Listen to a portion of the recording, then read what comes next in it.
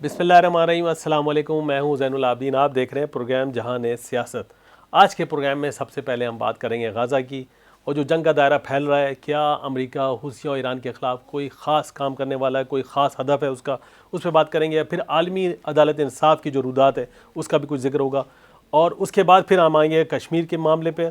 مقبوضہ وہ جو 5 فروری کو ہم کشمیر ڈے مناتے ہیں، اس کی افادیت کیا ہے، کیا اس کے اہداف حاصل ہو سکے، اور پھر انڈیا کے ساتھ جو امریکہ کا ایک تناؤ ہو رہا ہے اور وہ تناؤ کی وجہ کیا ہے۔ اگرچہ انہوں نے گرو پدمن سنگھ کے قتل کی سازش کو قرار دیا، لیکن پس پردہ کیا حقائق ہیں اس سے بات کریں گے۔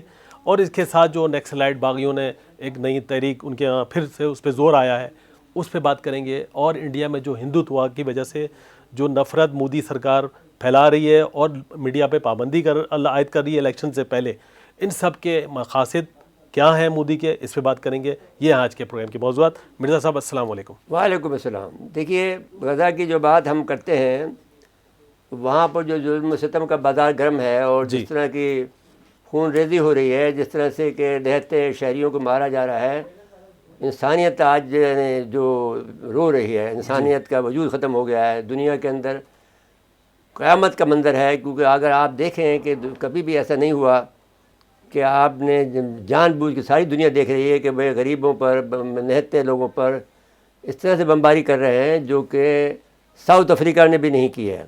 بلکہ ساؤتھ افریقہ تو اب نمبر لے گیا کہ اس نے جو ہے عالمی عدالت میں کیس کیا۔ اب کیا ہوا ہے کہ غزہ کے اسکول سے جو ہے ہاتھ پیر بندھے ہوئے 30 سے زائد افراد کی لاش ملی ہیں، جو کہ انتہائی دردناک بات ہے کہ آپ نے ہاتھ پیر بھی باندھے اور ان کو جو ہے 30 آدمیوں کو بند کر دیا اور ان 3 آدمی مار دیا۔ عالمی تحقیقات کی بات کرتے ہیں، کہاں ہے عالمی تحقیقات، کہاں ہے اقوام متحدہ، کہاں ہے انسانیت، کہاں ہے یعنی حقوق کے علمبردار ہیں جو کہ حق و صداقت کی بات کرتے ہیں، بڑے چیمپئن بنتے ہیں، امریکہ جیسے ملک، برطانیہ جیسے ملک، جرمن جیسے ملک۔ انہوں نے تو حد کر دی ہے ظلم و بربریت کی، جس طرح کہ انہوں نے ایک زمانے میں یہودیوں کے ساتھ کیا تھا، وہ اس وقت مسلمانوں کے ساتھ کر رہے ہیں۔ اب صورتحال یہ ہے کہ اسپتال کے احاطے کو بھی نہیں چھوڑ رہے، وہاں پہ بھی فائرنگ کی گئی ہے، وہاں پر بھی آدمیوں کو مارا ہے، اور 15 فلسطینی بھی گرفتار کیے ہیں۔ تو اب یہ، اور پھر مودی صاحب کہہ رہے ہیں کہ غزہ کی پٹی سے اپنی فوجیں نہیں نکالیں گے، یعنی فوجیں انہوں نے داخل کر دی۔ پہلے تو ہمارا خیال یہ تھا وہ نہیں جا سکیں گے، کیونکہ ان کے پاس جو سرنگیں ہیں، وہ سرنگوں سے اب ان کا دعویٰ یہ ہے، جو انڈیا کے میڈیا میں ان کے جو آدمی بول رہے ہیں، جو کہ اسرائیلی جو ان کا جو کمانڈرز ہیں، یا ان کے جو تجزیہ نگار ہیں، یا ان کے جو صحافی ہیں، وہ بول رہے ہیں، وہ کہتے ہیں نہیں، ہم جو ہے وہ آلریڈی یعنی 70% غزہ پہ ہم قبضہ کر چکے ہیں، اور اس کے بعد میں ہم آگے بڑھتے چلے جا رہے ہیں، اور غزہ کو نہیں، اس لیے وہ نیتنیاہو یہ کہہ رہا ہے کہ ہم جو ہے غزہ کی پٹی کو نہیں چھوڑیں گے، ہم اس کو فتح کر لیں گے، اور اس میں اور یہ بھی کہا کہ حماس کا خاتمہ، رقمالیوں کی واپسی اور غزہ سے دوبارہ خطرہ نہ ہونا ہمارے مقاصد ہیں۔ میننگ دیر بائی، جو بات میں نے آپ سے کہی تھی کہ جب 2005 میں انڈیا گیا تھا، اور وہاں پر جو چندی گڑھ میں ایک سیمینار ہوا تھا، اس میں ایک اسرائیلی کمانڈر نے یہ بات کہی تھی کہ ہمارا اسرائیل کا یعنی فلسطین کے مسئلے کا صرف ایک حل ہے کہ وہاں پر ہم ہر فلسطینی کو مار ڈالیں۔ اس پر ہماری جنرل طلعت مسعود نے، کیونکہ میری باری تو، کیونکہ میں گروپ اس وفد کا لیڈر تھا، تو میری باری تو اناگوریشن سیشن میں ختم ہو گئی۔ تو طلعت مسعود نے اس کے بعد یہ کہا کہ یہ ممکن نہیں ہے کہ آپ لوگ وہاں کے لوگوں کو مار دیں، جنرل طلعت مسعود صاحب نے۔ اور انہوں نے میرے ساتھ نجم الدین شیخ تھے، جو کہ سفیر تھے اور پاکستان کے سیکرٹری خارجہ رہے ہیں، اور یہ جنرل طلعت مسعود صاحب تھے۔ انہوں نے کہا کہ یہ بہت سخت جواب دیا اس وقت اسرائیلی کا، کیونکہ میری تقریر کے فوراً بعد میں وہ بریک ہو گیا تھا، لنچ ہوا، لنچ کے بعد میں وہ سب سے مجھے تقریر کرنے آیا تو وہ موساد کا ایڈمرل تھا۔ اس نے تقریر جب کی، اس کے جواب میں جنرل طلعت جواب دیا۔ اب وہی چیز کو جو ہے یہاں پر اپلائی کر رہے ہیں، اور اس بات پر وہ یقین رکھتے ہیں کہ اسرائیل کا، فلسطین کا حل اسرائیل کا سوائے اس کے نہیں ہے کہ ہم ایک فلسطینی کو، ایک فلسطینی بچے کو، ایک عورتوں کو ہم مار دیں۔ اس پر وہ کام کر رہے ہیں۔ اب اس کے علاوہ جو دوسری بات یہ ہوئی، قبرستان بھی تباہ کر دیا ہے، اور بمباری میں 128 افراد شہید ہوئے ہیں۔ ان کا یہ خیال ہوگا کہ یہ لوگ اس میں چھپے ہوئے بیٹھے ہیں، تو وہ یہ اس خیال کے تحت انہوں نے جو ہے ابھی تک جو ہے یعنی جب یہ 128 شہید ہوئے ہیں، تو ان کی تعداد جو ہے 26,651 ہو گئی ہے، اور بچے اس میں 11,000 سے زائد بچے شامل ہیں۔ تو یہ بڑی خوفناک بات ہے، یعنی دنیا کو حیوانیت کی انتہا کو پہنچ گیا ہے اسرائیل، جس کی کوئی حد نہیں ہے۔ اور اس کے علاوہ اس کے جو ساتھی امریکہ یہ تباہ ہونے کے لیے ہیں، اس لحاظ سے کہ اب جب انسانیت نام کی کوئی چیز باقی نہ رہے تو پھر اللہ کا قہر جو ہے ان کے اوپر نازل ہوتا ہے، اور اس وقت سوائے اللہ کے ان سے کوئی مقابلہ نہیں کر سکتا۔ میں نے 1992 میں یہ بات ایک میٹنگ میں، جو کہ بڑے کراچی کے سارے دانشوروں کو اس کے سامنے یہ بات کہی تھی، جس پر مجھے خالد اسحاق صاحب کے گھر کے اوپر جو ایڈوکیٹ تھے، میں نے کہا کہ بھائی اب جو صورتحال ہے اس کا مقابلہ تو اب اللہ ہی کر سکتا ہے۔ اس تو پھر خالد اسحاق نے مجھ پہ طنز کیا کہ تم کچھ مت کرو۔ تو بھائی اب اگر یہ بات دیکھیں، ہم جو کر سکتے ہیں وہ تو ہم کر رہے ہیں، جو ہم غزہ میں کر سکتے ہیں، جو مدد دے سکتے ہیں یا ہم کشمیر میں کر سکتے ہیں وہ ہم کر رہے ہیں۔ پھر ہم سے بڑھ کر تو غزہ کے لوگ کر رہے ہیں کہ جو چھوٹا بچہ 3 سال کا بچہ ہے، 3 سال کی بچی ہے، 5 سال کا بچہ ہے، 5 سال کی بچی ہے، وہ جس طرح سے ان کی مزاحمت کر رہی ہے، جس طرح سے وہ اسرائیلیوں کو قبول نہیں کری، یہ ادا اللہ کو بہت پسند آتی ہے۔ بالکل۔ اور یہ اور قہر یعنی ٹھہرا ہی کہ ٹھہرا، آیا کہ آیا، یہ ممکن ہی نہیں ہے کہ یہ قہر نہ آئے، اور یہ ممکن ہی نہیں ہے کہ اسرائیل تباہ نہ ہو۔ اب سوال یہ ہے کہ کب آئے، یہ فیصلہ اللہ کے ہاتھوں میں ہوتا ہے، یہ انسان کے ہاتھوں میں نہیں ہوتا۔ لیکن اللہ نے بھی آپ کو کچھ کہا ہے نا کرنے کے لیے 57 اسلامی ملک۔ دیکھیے آپ 57 اسلامی ملک تباہ ہو جائیں گے اگر وہ نہیں کریں گے۔ ہم نے یہ بات کہی تھی کہ آپ یہ جو بہاریوں کو اگر واپس نہیں لاؤ گے بنگلہ دیش سے تو پاکستان کا نظریہ ختم ہو جائے گا۔ تو پاکستان کا نظریہ تو ختم نہیں ہوا، لیکن یہ ضرور ہوا کہ آپ پر جو آپ کو ہمیشہ، یعنی یہ ہمارے پالیسی سازوں سے میں یہ گزارش کرتا ہوں کہ یہ بات آپ سوچیں کہ you must look outward always, you should not look inward دیکھو گے ملک میں خرابی پیدا ہوتی چلی جائے گی۔ انورڈ نہیں دیکھیں، سب آؤٹ ورڈ دیکھیں کہ باہر کیا ہو رہا ہے، باہر آپ کے خلاف کیا سازش ہو رہی ہیں، تو پھر آپ آگے بڑھ سکتے ہو، ادروائز آپ آگے نہیں بڑھ سکو گے۔ اگر اندرونی طور پہ دیکھتے رہو گے تو کبھی آپ کو عمران نظر آ جائے گا، کبھی آپ کو کوئی اور نظر آ جائے گا، کبھی نواز شریف نظر آ جائے گا، کبھی زرداری نظر آ جائے گا، جی، اور پھر آپ کو اس سے نمٹنے میں لگ جائیں گے۔ لیکن اگر آپ نے آگے کی طرف بڑھنا پڑا تو یہ چھوٹے آپ کو بونے لگیں گے، اور آپ سے جو بڑے بڑے دشمن جو آپ کے ہیں وہ آپ کو بزی رکھنا چاہتے ہیں، اور بزی رکھنے کے لیے آپ کو وہ تباہ برباد آپ کو کرنا چاہتے ہیں۔ تو اس صورتحال کے اندر ہم یہ بات سمجھتے ہیں کہ یہ جو کچھ بھی ہو رہا ہے، اب پھر ایک اور بھی آیا ہے کہ صاحب 2 ہفتوں میں وہ لبنان پہ حملہ کر دے گا۔ تو اب لبنان پہ حملہ کرے گا تو اس کا مطلب ہے حزب اللہ پہ حملہ کرے گا۔ جی، تو دین دی وار ہیز اسٹارٹڈ۔ تو ورلڈ وار جو بات لوگ کہہ رہے تھے کہ ورلڈ وار اسٹارٹ ہو گئی ہے، تو وہ ہو گئی ہے نا جی۔ اب ورلڈ وار کا تو بگننگ ایسے ہی ہوتی ہے، چھوٹے اسکرمشز سے ہوتی ہیں۔ پھر دوسری طرف حوثی آ گئے آپ کے، جو کہ وہ کہہ رہے ہیں کہ ہم آپ کے کیبل کاٹ دیں گے، جو 12 کیبلیں جا رہی ہیں نیچے سے، دنیا کا سارا نظام تباہ ہو جائے گا۔ آپ کی جو اگر 12 کیبلیں کٹ گئی تو نہ تو آپ کے جو آپ کے جو جتنے بھی آپ کے جو نیٹ ورک جا رہا ہے سارا ختم ہو جائے گا، سب ختم ہو جائے گا۔ جی، آپ ہوا میں باتیں کرتے رہیں۔ لیکن میرے صاحب ایک اور بات بتائیں، یہ امریکہ نے اب آج جو بائیڈن صاحب نے کہا نا کہ بھئی ہم نے ایک پلان بنایا ہوا ہے حوثیوں اور ایران کو کیا کرنا ہے۔ نہیں دیکھیے، اب یہ اردن پہ جب انہوں نے حملہ کیا تو دین ایران نے، اب معلوم نہیں ایران کی کیا حکمت عملی ہے۔ یہ بات ہم نہیں کہہ سکتے کہ وہ بغیر حکمت عملی کے پاکستان پہ بھی حملہ کر دے، شام پہ بھی حملہ کر دے، اور عراق پہ بھی حملہ کر دے، اور پھر اب اردن پہ بھی حملہ کر دے۔ جی، لیکن اردن پہ حملہ کرنے کی جو وجہ ہے وہ یہ ہے کہ جو ان کی کانفرنس ہو رہی تھی ایرانیوں کی اور شامیوں کی اور حزب اللہ کی، وہ پوری بلڈنگ انہوں نے مسمار کر دی ڈرون سے یا کسی چیز سے، جو وہ اڑا تھا اردن سے، تو پھر ان کا حملہ بنتا تھا۔ تو اس کے اندر بڑے بڑے کمانڈر جو تھے، کم سے کم 5 بڑے کمانڈر ایران کے مارے گئے، جس کی خبریں ہمارے یہاں نہیں چھپی ہیں، لیکن ایران کے بڑے کمانڈر جو 5 بڑے کمانڈر ہیں وہ مارے گئے ہیں، شہید ہو گئے ہیں، اور وہ دوسرے جو حزب اللہ کے لوگ تھے ان کا پتہ نہیں ہے وہ کون تھے، شام کے لوگوں کا پتہ نہیں ہے کون تھے، لیکن ایران کا بدور پتہ ہے کہ 5 بڑے کمانڈر شہید ہو گئے۔ اب اس کے بعد میں ان کو غصہ تو آنا تھا، تو اس لیے اب جواب ہم یہ کہہ سکتے ہیں کہ بظاہر وہ یہ لگتا ہے کہ وہ اپنا بدلہ لے رہے ہیں۔ اب بدلے کے بعد میں جواب جو ہے وہ جو بائیڈن نے کہا کہ ہمیں کیا کرنا ہم بتائیں گے۔ اب آپ جو بات کہہ رہے تھے وہ ایسا نہیں ہو سکتا ہے کہ وہ کسی بڑے پر حملہ کریں، یہ کوئی واقعہ کریں گے، کسی انسٹالیشن کو تباہ کریں گے، کسی جس میں 10-20 آدمی شہید ہو جائیں ایرانیوں کے، ایسے نہیں کر سکتے، ورنہ اگر وہ کسی بڑے کو ماریں گے تو پھر تو جنگ لازم ٹھہر گئی ہے۔ تو اب صورتحال جو ہے وہ سنگین ہے، ہم یہ بات کہہ رہے ہیں کہ اور پھر ایرانیوں نے یہ بات کہہ دی ہے، حوثیوں نے کہی ہے، ایرانیوں نے نہیں کہی ہے، لیکن ظاہر ہے کہ ان کو مدد حاصل ہے ان کے ایرانیوں کی، اور ان کو اچھے ڈرون بھی دے دیے ہیں، ان کو اچھے میزائل بھی دے دیے ہیں، تو وہ جو ہیں وہ اگر وہ کاٹ دیں گے آپ کی 12 آپٹیکل فائبر جو جا رہی ہے آپ کا، جو کیبل جا رہی ہے آپ کی، تو پھر دنیا تو کٹ جائے گی نا. جو آپ کے خواب تھا آپ کا وہ مسمار ہو جائے گا کہ آپ گلوبل ولیج بنا رہے ہیں.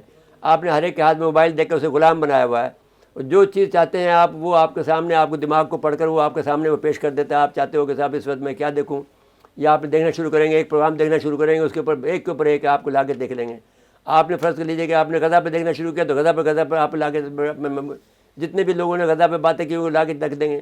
وہ آپ کے مائنڈ کو کنٹرول کر رہے ہیں ان موبائلوں سے. تو اس سے جان چھوڑانا آپ کو بہت ضروری ہے. ایک وقت آئے گا کہ آپ کو چھوڑنا پڑے گا, ورنہ آپ اس کے محتاج ہو جائیں گے. یہ چپ لگ گئی ہے آپ, ابھی تو یہ چپ نہیں لگی ہے, چپ لگ جائے گی یہاں پر تو منکر نکیر کی طرح سے, یا جو آپ کو یہاں پر تو پھر آپ کو ساری چیزیں موومنٹ آپ کے سب وہ دیکھ سارا ریکارڈ جمع ہوگا. ابھی ہو چکا ہے آپ کا تو یہ بات نہیں ہے. اب دوسری بات آپ جو کرنا چاہتے ہیں وہ یہ کر رہے ہیں کہ عالمی عدالت میں, جی وہاں پہ کیا ہوا, عالمی عدالت میں کی رودات کو سن کے بڑی حیرت ہوتی ہے. اسٹونیا نے جو سلوانیہ نے جو یہ بات ہے میں نے رولنگ دی کہ فلسطینی حقوق عالمی متعلق عدالت میں درخواست کو بھی حمایتی ہے. جی اچھا, سلوانیہ ایک چھوٹا سا ملک ہے. آئرلینڈ نے بھی فلسطینیوں کے حق میں بات کی. اسپین کی مخلوط حکومت میں 2 گروہ میں بٹ گئی. جی بائیں بازو کے ایک اتحادی جماعت شمار پارٹی فوری جنگ بند کرنے کی بات کی, جبکہ ایک اور حامی خاتون نے حکومت میں واضح موقف نہ لینے پر شدید تنقید. یہ اسپین کی بات ہو رہی ہے. جی بیلجیم نے فوری جنگ کا مطالبہ کیا. آسٹریا, چیک جمہوریہ, ہنگری, ہالینڈ اور اسرائیل کو بدستور مظلوم سمجھتے ہیں. فرانسیسی وزیر خارجہ نے اسرائیل کو نسل کشی قرار دینا غلط کہا. فرانس غزہ میں بمباری سمیت اسرائیل کا شانہ بشانہ ہے. جرمنی نے اس معاملے میں امریکہ بھی پیچھے چھوڑ دیا اور وہ بین الاقوامی عدالت میں اسرائیل کا ساتھی بن کر آ گیا ہے. جی تو اب نبیویا میں آپ اگر جرمنی کا اتفاق دیکھیں تو 1884 میں برلن میں 13 سامراجی طاقتوں کا سال بھر طویل اجلاس ہوا, جس میں امریکہ بھی شامل تھا. افریقہ کے نقشہ مہز میں پھیلا کے بندر بانٹ ہوئی. جی اور جرمنی جغرافی میں زنجبار, ٹانگانیکا اور نمبیا کا رقبہ کم و بیش جرمنی کے تقریباً برابر آبادی 2.5 لاکھ ہے. جرمنی نے فرانس کا کانفرنس میں نبیہ پر ہاتھ صاف کیا اور پسماندہ نبیہ پر قبضہ کر لیا. مقابل لوگوں کو بے دخل کر کے 5000 جرمنوں کو لا کر آباد کیا. اس طرح یہودی فلسطینیوں کے ساتھ جیسے آباد کر رہے ہیں جیسے وہ کر رہے ہیں اسرائیل, اسی طرح یہ بھی کر چکے ہیں. جی 2 بڑے قبائل ہیرو اور رسامہ کو خصوصی علاقوں میں دھکیل دیا. مزاحمت کاروں پر تشدد ہوا. پھر اکتوبر 1904 میں ان لوگوں نے اجتماعی بغاوت کر دی, دونوں قبیلوں نے. جی نتیجے کے طور لگ بھگ 120 جرمن آباد کاروں کو قتل کیا اور 1500 جرمن مشین گنوں نے توپوں سے پل پڑے. غاصب جرمن فوجی کمانڈر جنرل لوتھر وان ٹوٹھا نے حکم دیا کہ ہر مسلح غیر مسلح ہیروا اور ناما کوان کے جانوروں سمیت مار دیا جائے. یہ جو جانور کا لفظ ہے یہ امریکہ میں بھی استعمال ہوا جاپانیوں کے لیے. یہی لفظ یہ استعمال کر رہے ہیں, اسرائیلی استعمال کر رہے ہیں, اور یہی لفظ یہ جرمنی نے استعمال کیا یہاں افریقیوں کے ساتھ میں. جرمنی اسے کہتے ہیں کہ آپ نے ہوش میں لاؤ, تمہارے ساتھ بھی یہ واقعہ ہو چکا ہے کہ تم 2 حصوں میں بٹے. پھر بعد میں مشرقی برلن میں ہوا اور ایک حصہ رشیا کے پاس چلا گیا, ایک آپ چلا گیا. تو پھر آپ کا کیوں آپ ایسا کرتے ہو, ظلم کرتے ہو کہ اب پھر اسرائیل کے ساتھ کھڑے ہو. ظلم کا اور ظلم کا ساتھ دے رہے نا. میرے صاحب بریک کے لیے کہا جا رہا ہے, بریک کے بعد آئیں گے تو پھر اگلے موضوعات پہ آ جائیں گے. ناظرین مختصر وقفہ ہے, وقفے کے بعد آتے ہیں. ایک بار پھر پروگرام میں خوش آمدید کہتے ہیں.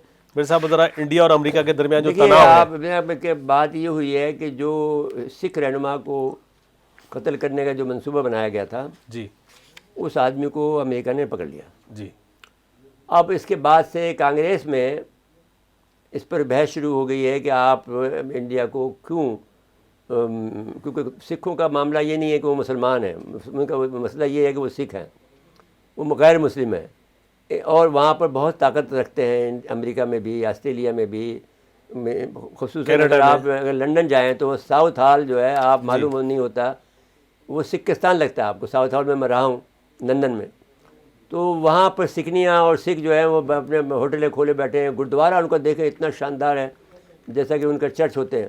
اور وہ ان کا اور حد تو یہ ہے کہ اس جو وہاں کی جو کونسل ہے, جو سسٹم جو بھی وہاں کا ہے, جو جیسے آپ لوکل باڈیز کہتے ہیں, وہ سارا سکھوں کے ہاتھوں میں ہے.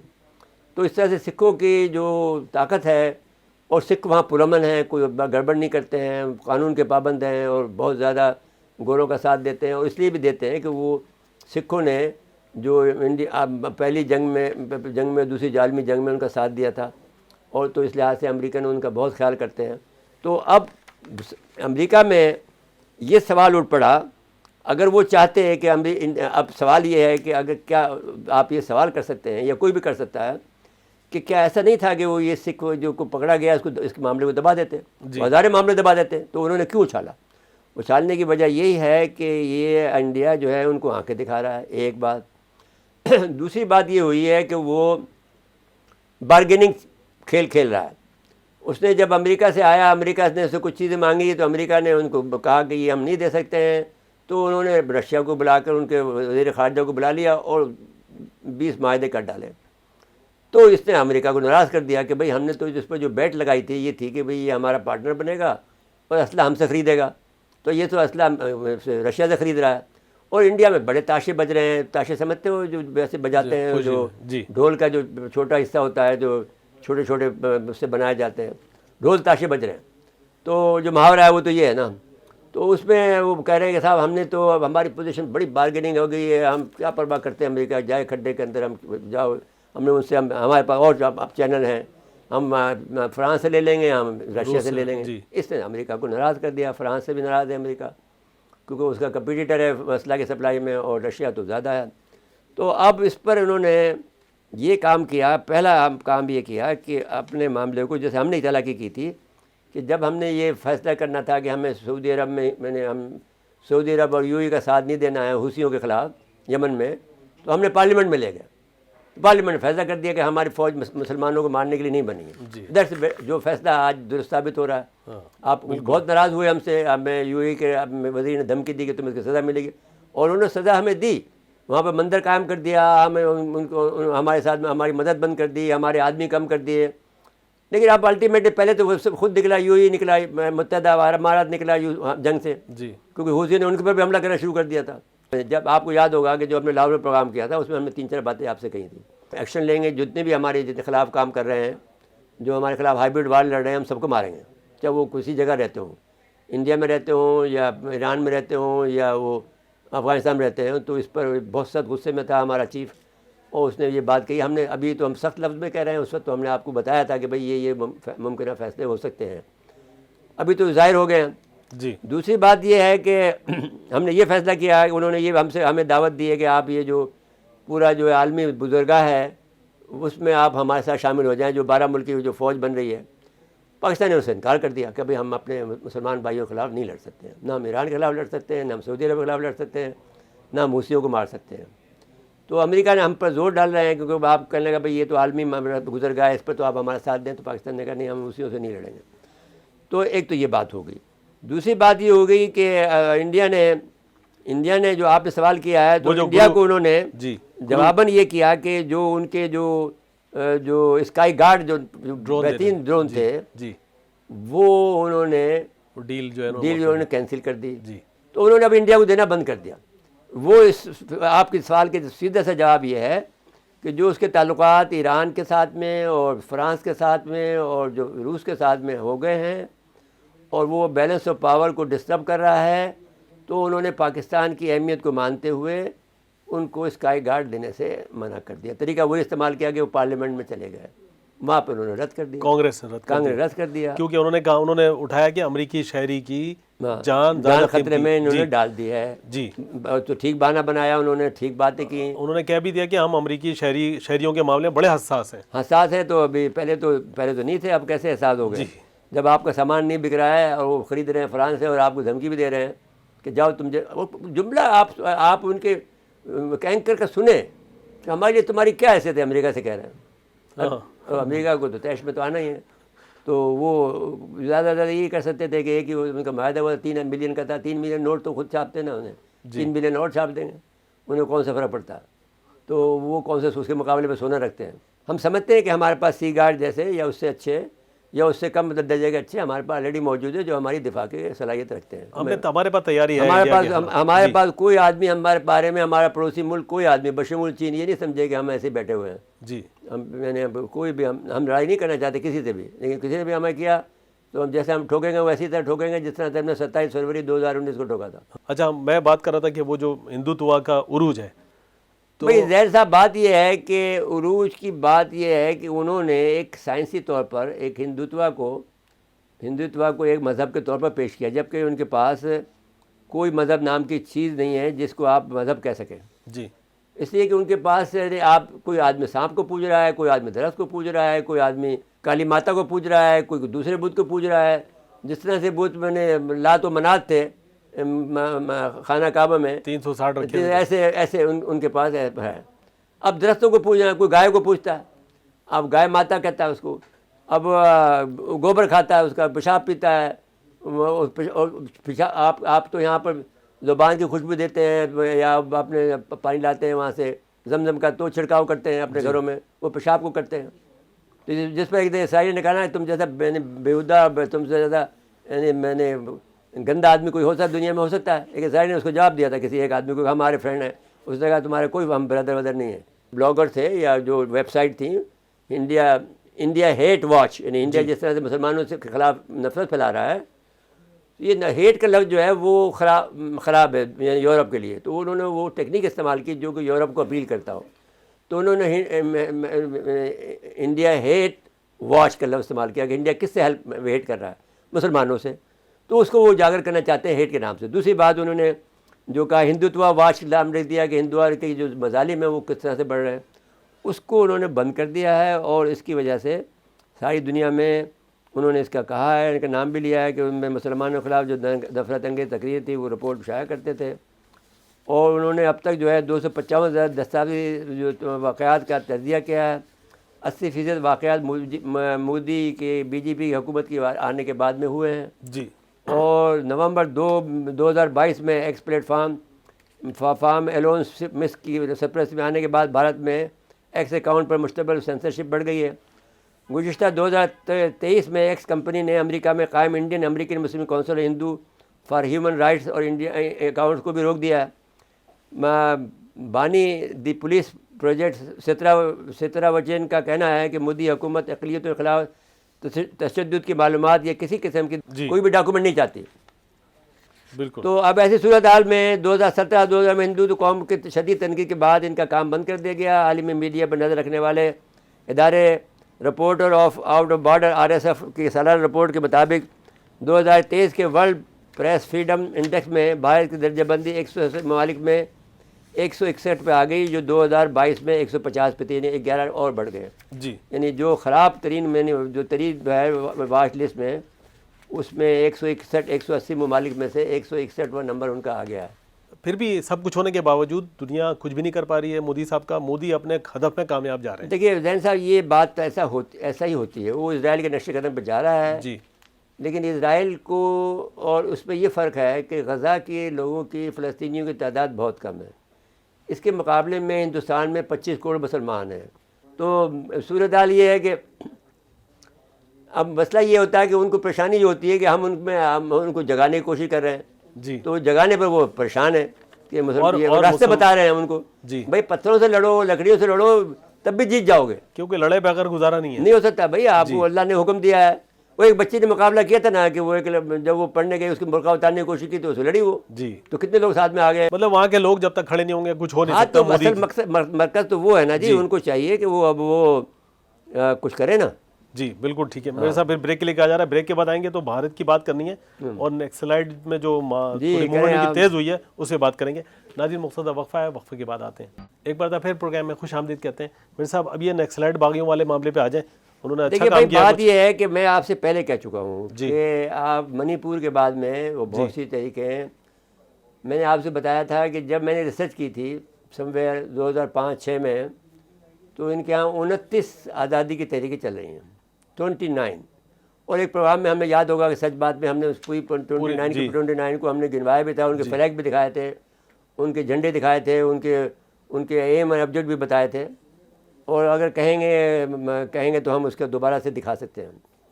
تو اب نیکسلائٹ جو ہے وہ ایک بہت خطرناک تنظیم ہے جو کہ کمیونسٹوں کی تقریب ماؤ کے ازم پر وہ یقین رکھتی ہے. جی. اور وہ جو ہے 2000 جو ان کا جو دائرہ کار ہے 12 ریاستوں پر محیط ہے. جی.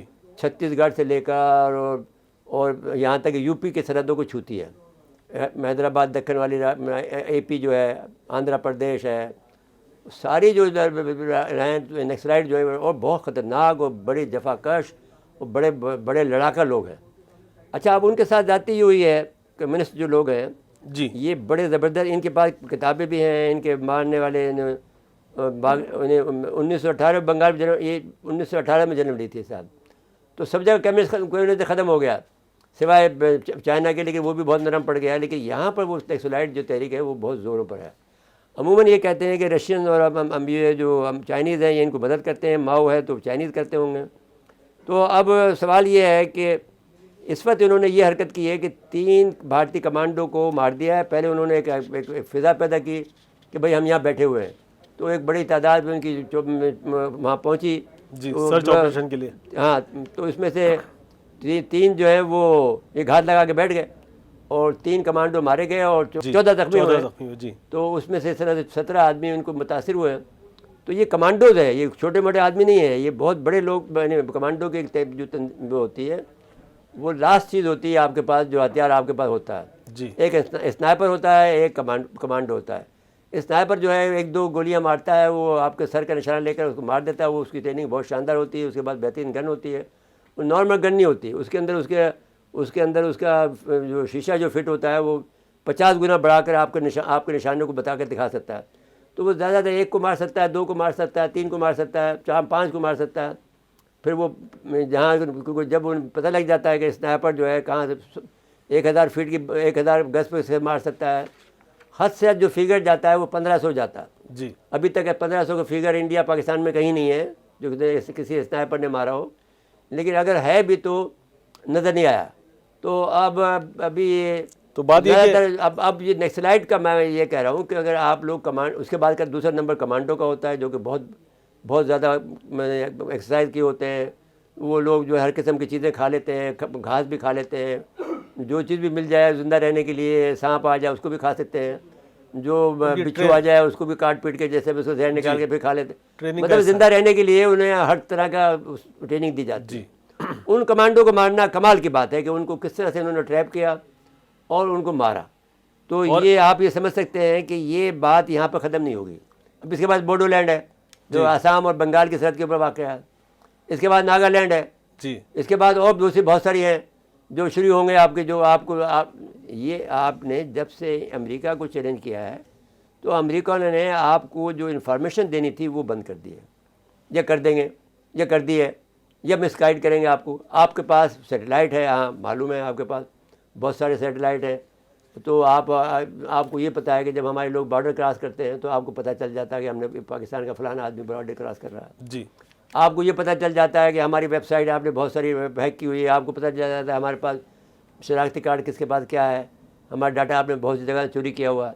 تو لیکن پوری طرح سے کامیاب نہیں ہے کیونکہ پاکستان نے اپنا بندوبست بھی کیا ہوا ہے اور اچھا بندوبست کیا ہوا ہے. جی 5 فروری جو ہم مناتے ہیں. اچھا زین صاحب, اب یہ 5 فروری کی جو بات ہے جی وہ یوں ہے کہ 5 فروری کی جو یہ 1990 میں یہ بات شروع ہوئی تھی, یوم یکجہتی بنانے کا فیصلہ جو ہوا تھا. اصل میں یہ تحریک جو ہے آزادی کی تحریک کشمیریوں کی 1931 سے چل رہی ہے. جی 1931 میں یہ ہوا تھا کہ ڈوگرا راج کے خلاف میں نے مظاہرہ کیا مسلمانوں نے, اور تو اس وقت پاکستان ابھی بنا نہیں تھا. تو ظہر کا وقت ہو گیا.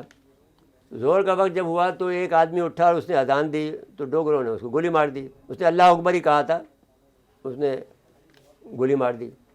پھر دوسرا مسلمان اٹھا, اس نے دوسرا اللہ اکبر کہا, اس کو گولی مار دی. تیسرا اٹھا, اس نے دوسرا اللہ اکبر کہا, اس کو گولی مار دی. اس طرح سے 22 آدمی مارے گئے, لیکن اذان انہوں نے پوری دی. یہ تحریک وہاں سے شروع ہوئی. اب جب تحریک آپ کی چلتی ہوئی, جب یہ بات آپ کے ساتھ میں 71 کا واقعہ 65 کی جنگ ہو گئی, 71 کا واقعہ ہو گیا, تو پھر اب مسئلہ یہ کھڑا ہوا بھٹو صاحب کے لیے کہ وہ کس طرح سے اپنے آپ کو یہ شامل کریں کہ کشمیر ابھی زندہ ہے. تو انہوں نے یہ بات شروع کی کہ بھئی ہمیں یہاں پر ایک مظاہرے کرنے چاہیے. تو وہ پھر انہوں نے جو 1975 میں جو پہلا دن منانے کی کوشش کی, تو اس دن جو ہے سارا دنیا کے پورے بازار بند تھے اور سب نے کہا کہ ہمیں کشمیر کے ساتھ یکجہتی کرنے کے لیے لوگوں نے دودھ تک نہیں نکالے اپنے بھینسوں کے اور بکریوں کے, کہا ہم آج آپ اس میں ہی کریں گے. تو پھر لیکن 28 فروری کا دن تھا. تو اب لیکن 1990 میں قاضی حسین احمد نے جب یہ انہوں نے حرکتیں کی کہ جو بے نظیر صاحبہ نے جو حرکتیں کی کہ جب وہ وہاں گئیں، وہاں جب سارا کانفرنس میں وہ راجیو گاندھی آئے تو انہوں نے وہ کشمیر کا بورڈ بھی ہٹا دیا جی، اور کوئی بات ہی نہیں کی اس پر. جو ہے اس وقت نواز شریف صاحب وزیر اعلیٰ پنجاب تھے. آپ کو 3 مواقع بڑے ملے، جی، تینوں مواقع آپ نے گنوائے. پہلا موقع آپ کو ملا 1947 میں، لیکن اس وقت آپ کے پاس جنرل گریسی اس وقت چیف آف آرمی اسٹاف تھا. جی، وہ آپ کا قائد اعظم کا حکم نہیں مانا. قائد اعظم نے 2 حکم بڑے دیے، جیسا کہ وہ ہمارے خواجہ رضی صاحب فرماتے ہیں. ایک حکم کیا کہ آپ فوج اتار دو وہاں پر کشمیر میں. اب ان کا کہنا یہ تھا کہ یہ فوج ہم اتارتے ہو تو ادھر کی طرف برٹش ہوگی، ادھر کی طرف بھی برٹش ہوں گے، ہم برٹش آپس میں لڑیں گے، تو اس نے فوجیں نہیں اتارتی. البتہ جو یہاں کا کمانڈر تھا گریسی، اس نے یہ کہا کہ بھائی جو پاکستانی کرنا چاہتے ہیں انہیں کرنے دو، اور جو انڈیا کرنا چاہتا ہے کرنے دو، آپ لوگ اکثر الگ ہو جاؤ. اچھا، اب وہاں پر بہت ساری اس وقت کتابیں چھپ گئی ہیں انڈیا میں، جو لوگ یہاں سے بھاگے تھے، جو کوہاٹ میں تھے، بنوں میں پوسٹڈ تھے، سکھ یا ہندو، وہ آ کر ہمارے میاں والی کے جو ہوائی اڈہ ہے یہاں پر آ کر، یہ ان کا کیمپ تھا جہاں پہ وہ چھپ سکتے تھے. وہ پھر یہاں سے جہاز آتا تھا خاص، وہ ان کو بھی لے جاتا تھا اور اس طرح سے مسلمان مار دیتے تھے. ایک بلکہ گورے کو بھی انہوں نے مارنے کا فیصلہ کیا تھا کہ جو ان کا بریگیڈیئر تھا، تو اس کو مسلمان کے جو لوگ تھے وہ اپنے، کیونکہ ان کے فوجی بھائی ہوتے ہیں، ان کو بچا کے لے گئے اور وہ اس کو پھر بعد میں انڈیا بھیج دیا گیا. تو دوسرا موقع ہمارے پاس آیا، لیکن 1947 میں ہمارے پاس فوج بھی نہیں تھی، ہمارے پاس جنرل ہمارا کمانڈر بھی نہیں تھا، تو اس لیے وہ موقع ہمارے سے چلا گیا. دوسرا موقع بہت شاندار آیا 1962 کا، جب کہ چین نے حملہ کیا line of actual control per, LAC پر، اور انہوں نے انڈیا کو بہت پٹائی کی. نتیجے کے طور پر انڈیا نے اپنی ساری فوج جو تھی وہ بھیج دی سارے چین کی سرحد کے اوپر، اور یہ خالی تھا. تو چینی جو سفیر تھا وہ قدرت اللہ شاہب کے پاس آیا. شاہب نامے میں یہ چیز موجود ہے، لکھی ہوئی موجود ہے. قدرت شاہ کے پاس آیا کہ بھائی واک اوور کر لو، اس وقت کوئی فوجی موجود نہیں سرحد کے اوپر، آپ جو واک کرو اور سری نگر اور جموں پہ قبضہ کر لو. ایوب صاحب سے یہ غلطی ہوئی، لیکن یہ غلطی عموماً ہم کرتے ہیں کیونکہ ہم امریکہ کے کہنے کے بغیر نہیں کام کرتے. سیٹوں سینٹروں میں بھی رہ چکے تھے، ان کے اسلحہ بھی استعمال کرتے تھے، ان کے تابع دار بھی تھے، ان کی مدد سے آتے بھی تھے. تو انہوں نے امریکہ سے پوچھ لیا، تو امریکہ نے کہا نہیں، آپ اس پہ حملہ نہیں کریں، اس وقت چین سے ہو رہا ہے، ہم چین کی مدد کر رہے ہیں، نہیں ہم انڈیا کی مدد کریں چین کے خلاف، تو آپ نہ کریں. تو وہ پاکستان نے پھر وہ چھوڑ دیا اور کہا تھا ہم یہ مسئلہ آپ کا حل کرا دیں گے. تو پھر سورن سنگھ اس زمانے وزیر خارجہ تھا، بھٹو ہمارے وزیر خارجہ تھے، ان کی 5-6 ملاقاتیں ہوئی اور کوئی فائدہ نہیں ہوا.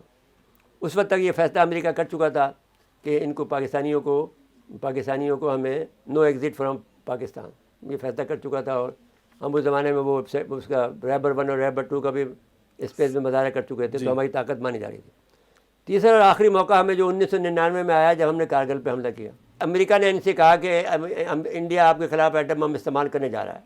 اب یہاں پر 2 بڑی غلطی ہوئی. انڈیا آپ کے خلاف ایٹم بم استعمال نہیں کر سکتا تھا، آپ دھمکی دیتے کہ بھئی ہم بھی ایٹم بم استعمال کریں گے. تو امریکہ نے پھر ان کو دھمکی دی کہ پھر ہم آپ کا ساتھ نہیں دیں گے. تو اس وقت اگر آپ عملی مظاہرہ کر جاتے اور 2 مہینے رک جاتے تو سارے وقت میں آپ کا کارگل آپ کے ہاتھ میں تھا. اور اولڈی بیگ کا جو اڈہ تھا، اولڈی بیگ کی جو گزرگاہ تھی جو جہانگیر کے زمانے میں فتح ہوئی تھی، اور یہ علاقہ جس کو آپ اسکردو کہتے ہیں، یہ بعد گزار تھا مغلوں کا. یہ علاقے سے آپ یہاں سے یعنی یہ پورا علاقہ آپ کے قبضے میں آ جاتا ہے اور سیاچن پہ. اب وہ یہ دعویٰ کرتے ہیں کہ 11 کے بعد میں 11 سیکٹر میں جب ہمارے 128 آدمی شہید ہوئے، اس کے بعد وہاں پر پاکستان کی کوئی فوج نہیں ہے، اس کے نیچے ہے سیاچن پہ ان کا مکمل قبضہ ہے. 1998 میں جب میں ان کا نواز شریف صاحب کا جب کنسلٹنٹ بنا، تو اب 2 اور 3 اگست کو 1998 میں یہ سوچا گیا کہ کیا کریں اب. تو کشمیر کو زندہ رکھنے کے لیے ہم نے ایک عالمی کانفرنس منعقد کی مظفر آباد میں. مظفر آباد میں اس لیے کی تاکہ تمام لوگوں سے یہ تسلیم کرائیں کہ یہ ہمارا پارٹ آف پاکستان کا پارٹ ہے. تو اس کے اندر وہ جو آدمی شامل ہوئے، وہ جو آئے تھے امریکہ سے، ایران سے، بنگلہ دیش سے، سری لنکا سے، انڈیا سے، پاکستان سے اور دوسرے ملکوں سے بھی، کینیڈا سے بھی آئے تھے. اور پاکستان نے اس میں 8 سیشن کیے جو بہت ہی اہم سیشن تھے. اور اس سیشن میں یہ فیصلہ ہوا، ہم نے ایک بات یہ بھی رکھی تھی کہ اگر یہ حملہ ہو گیا تو پھر کیا ہوگا. تو وہ ہم نے اس میں نواز شریف صاحب کی حمایت شامل تھی. نواز صاحب اس میں ہم بھی شریک تھے کیونکہ ہم اس وقت ایڈوائزر بن چکے تھے.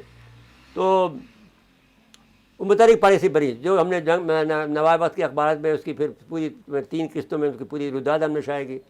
تو میں جو گزارش آپ سے کرنا چاہتا ہوں کہ پاکستان نے بہت متحرک پالیسی اختیار کی، لیکن اب بحث یہ ہے کہ دونوں ملک جو ہیں وہ ایٹمی طاقت بن چکے ہیں، اب یہ لڑائی کیسے ہوگی؟ ایک طریقہ تو یہ ہے کہ جس وقت انڈیا یہ کہتا ہے کہ ہم 2 فرنٹ وار لڑ سکتے ہیں، یعنی ہم کشمیر میں بھی لڑ سکتے ہیں اور ہم وہاں بھی لڑ سکتے ہیں. جی امریکہ ان کو یقین دلانا چاہتا ہے کہ پاکستان کو ہم مجبور کریں گے کہ وہ آپ پہ حملہ نہ کرے، آپ چین سے لڑیں. تو چین بہرحال 2030 تک لڑنا نہیں چاہتا، وہ انتظار کرے گا 2030 کے بعد میں وہ اپنے آپ کو اس قابل بنائے گا کہ وہ انڈیا ایک جو عالمی معاملات میں مداخلت کرے. وہ اس نے پہلے شروع کر دی ہے، جیسا کہ اس نے جبوتی میں اپنا وہ بنا لیا ہے، اور اس کے علاوہ ایران اور سعودی عرب کی دوستی کرا دی ہے. اس کے علاوہ اور کئی معاملات میں، اور ان کو فلسطین کو اپنے یہاں بلا لیا ہے. کئی جگہ پر انہوں نے اپنے آپ کو شروع کر دیا ہے انہوں نے. لیکن یہ ہے کہ یہ تھوڑی سی ابھی تو یہ یعنی ہلکی پھلکی یعنی آپ سمجھ لیجیے کام ہے، اصل کام تو بعد میں آئے گا. تو اب میں یہ کہنا چاہتا ہوں کہ آپ سے کہ پاکستان نے اب آزاد پاکستان یعنی اگر دیکھا جائے تو 4 حصے ہیں اس کے. ایک لداخ اور جموں کشمیر ہے جو کہ انڈیا کے پاس ہے. ایک ہمارا علاقہ ہے جس کو ہم آزاد کشمیر کہتے ہیں. ایک حصہ گلگت بلتستان ہے جو ہمارے قبضے میں، سوائے 2 گاؤں جو ہیں وہ ان کے پاس رہ گئے ہیں. اور تیسرا جو ہے اکسائی چین ہے جو کہ چین کے پاس ہے. تو یہ مسئلہ اب مسئلہ یہ نہیں رہا. مسئلہ انہوں نے یہ کہا ہے 5 اگست 2019 کو یہ کہا ہے انڈیا نے کہ ہم اکسائی چین بھی واپس دیں گے، وہ لداخ بھی ہم ان سے واپس لیں گے، یعنی وہ جو قبضہ کیا وہ بھی واپس لیں گے. تو اب یہ مسئلہ چین اور پاکستان کا مشترکہ ہو گیا. تو انڈیا کے لوگ یہ کہتے ہیں کہ چینیوں کو لڑنے کی صلاحیت نہیں ہے یعنی سرد علاقے میں، تو پاکستانیوں نے وہاں ان کا ساتھ دیا ہے لداخ کے اندر، جو غلط ہوگا شاید، یا صحیح بھی ہو تو ہمیں نہیں معلوم، لیکن انڈین یہ کہتے ہیں. تو ایسی صورتحال میں آپ یہ دیکھ سکتے ہیں کہ جو ہم یکجہتی کا دن منا رہے ہیں، کم سے کم ہم اس بات کو ضرور تازہ کرتے ہیں. کشمیر جو ہے وہ ہمارا حصہ ہے، اور کشمیر ہم سے ایک دن آگ ملے گا. ہمیں یقین ہے کہ ایک دن ہمارے ساتھ ضرور شامل ہو جائے گا. اور ہم سمجھتے ہیں کہ جو بھی کچھ ہو رہا ہے وہ ٹھیک نہیں کر رہا انڈیا کیونکہ ایک بات تو یہ ہے کہ بہت ریچ ہو گیا ہے، تو ہر ملک اس سے پیسے لوٹنے میں لگا ہوا ہے، اور ہر ملک کی نظریں اس کی بدنگاہیں بھی اس کے پر ہوں گی. ان میں لڑائیاں بھی کرائیں گے. تو اب انڈیا کے لیے یہ ایک مسئلہ کھڑا ہو گیا ہے کہ ان کے پاس جو ہائیبرڈ وار ہمارے خلاف کی جا رہی تھی وہ ان کے خلاف بھی اب کی جائے گی. تو اس کے لیے امریکہ کو آپ میدان عمل میں دیکھیں گے، اور چائنا کو دیکھیں گے. روس البتہ ان کی حمایت کرے گا. جی ٹھیک ہے، میرے ساتھ وقت ختم ہوا پروگرام کا. ناظرین آج کے لیے اتنا ہی. آئندہ پروگرام تک کے لیے اجازت چاہتے ہیں. اللہ حافظ.